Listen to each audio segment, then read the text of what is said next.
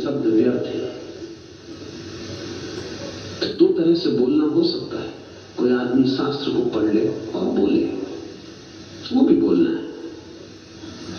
और कोई आदमी गहरे ध्यान में उतरे, मौन हो जाए, शून्य हो जाए और बोले, वो भी बोलना है। लेकिन दोनों बोलने में जमीन आसमान का फर्क है। एक वाणी पंडित की है और एक वाणी ज्ञानी की है। पंडित की वाणी कुशल हो सकती है, टेक्निकली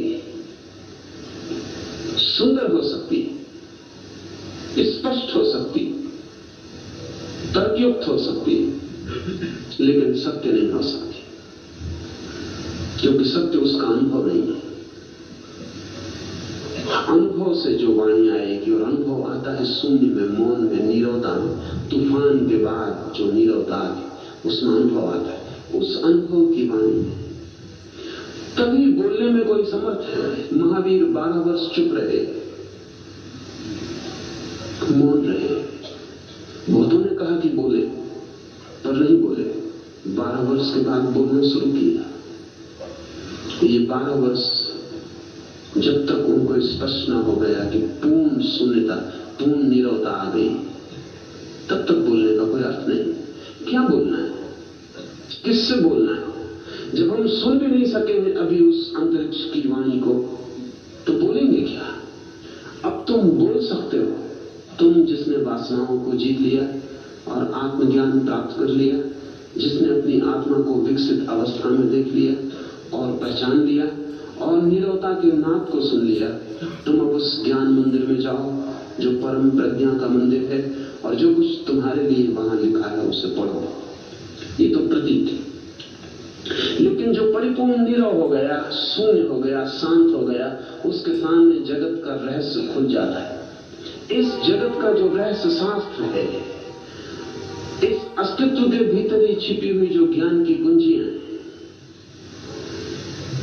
अगर इस अस्तित्व को हम कल्पना करें एक प्रतीक की कि इसके गहन अंतस्थल में कहीं छिपा हुआ एक प्रज्ञा का मंदिर, तो उसके द्वार में प्रवेश मिल जाता है।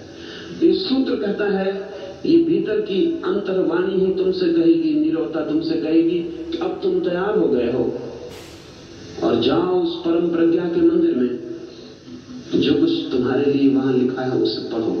नीरवता की वाणी सुनने का अर्थ है यह समझ जाना कि एकमात्र पथ निर्देश अपने ही भीतर से प्राप्त होता है।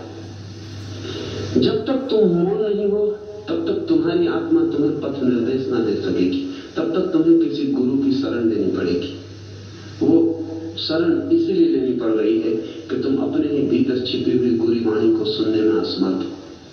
तुम इतने शोरगुल से भरे हो कि वो भीतर की जो बहुत धीमी, बहुत बारीक सूक्ष्म आवाज है, वो खो जाती है तुम्हारे नाद में, तुम्हारे उपद्रव में, तुम्हारे शोरगुल में, तुम्हारे भीतर की मन की भीड़ में। वो कहीं सुनाई नहीं पड़ती। इसलिए जरूरत है कि बाहर से कोई गुरु तुम्हें आदेश दे, निर्देश दे, मार्ग बताए। अन्यथा कोई जरूरत नहीं, तुम्हारे भीतर तुम्हारा गुरु छिपा है। लेकिन भीतर की आवाज तुम नहीं समझ सकते हो, इसलिए बाहर किसी गुरु की तलाश करनी पड़ती। उपयोगी है वो तलाश, और तब तक जरूरी है जब तक कि तुम भीतर के गुरु की आवाज सुनने में समर्थ ना हो जाओ। और जिस दिन भीतर की गुरु की आवाज तुम सुन लेते हो, बाहर के गुरु का कोई अर्थ नहीं रह जाता। इसका यह अर्थ नहीं कि तुम बाहर के गुरु के प्रति उस दिन अवज्ञा से भर जाते हो, बल्कि उस दिन ही तुम पूरा अनुग्रह अनुभव करते हो, क्योंकि उसने ही तुम्हें तुम्हारे भीतर के गुरु से मिला दिया। कबीर ने कहा है, गुरु गोविंद दोई खड़े काके लागू पाऊं। वो गुरु खड़ा है, बाहर वाला,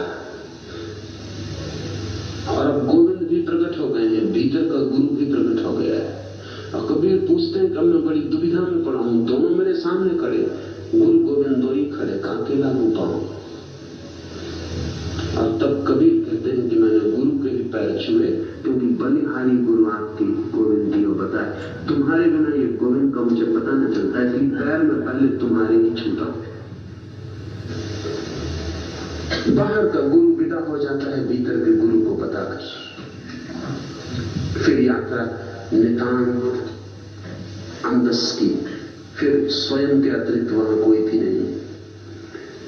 निरता की वाणी सुनने का अर्थ है ये समझ जाना कि एकमात्र पथ निर्देश अपने ही भीतर से प्राप्त होता है। प्रज्ञा के मंदिर में जाने का अर्थ है उस अवस्था में प्रविष्ट होना जहां ज्ञान प्राप्ति संभव होती। तब तुम्हारे लिए वहां बहुत से शब्द लिखे होंगे और वे ज्वलंत अक्षरों में लिखे होंगे जिससे तुम उन्हें सरलता से पढ़ सको, क्योंकि जब शिष्य तैयार हो जाता है तो श्री गुरुदेव भी तैयार ही है।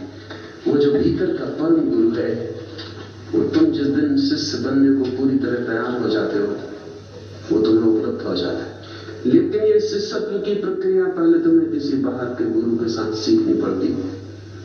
एक बार तुम शिष्यत्व में पूरी तरह निष्णात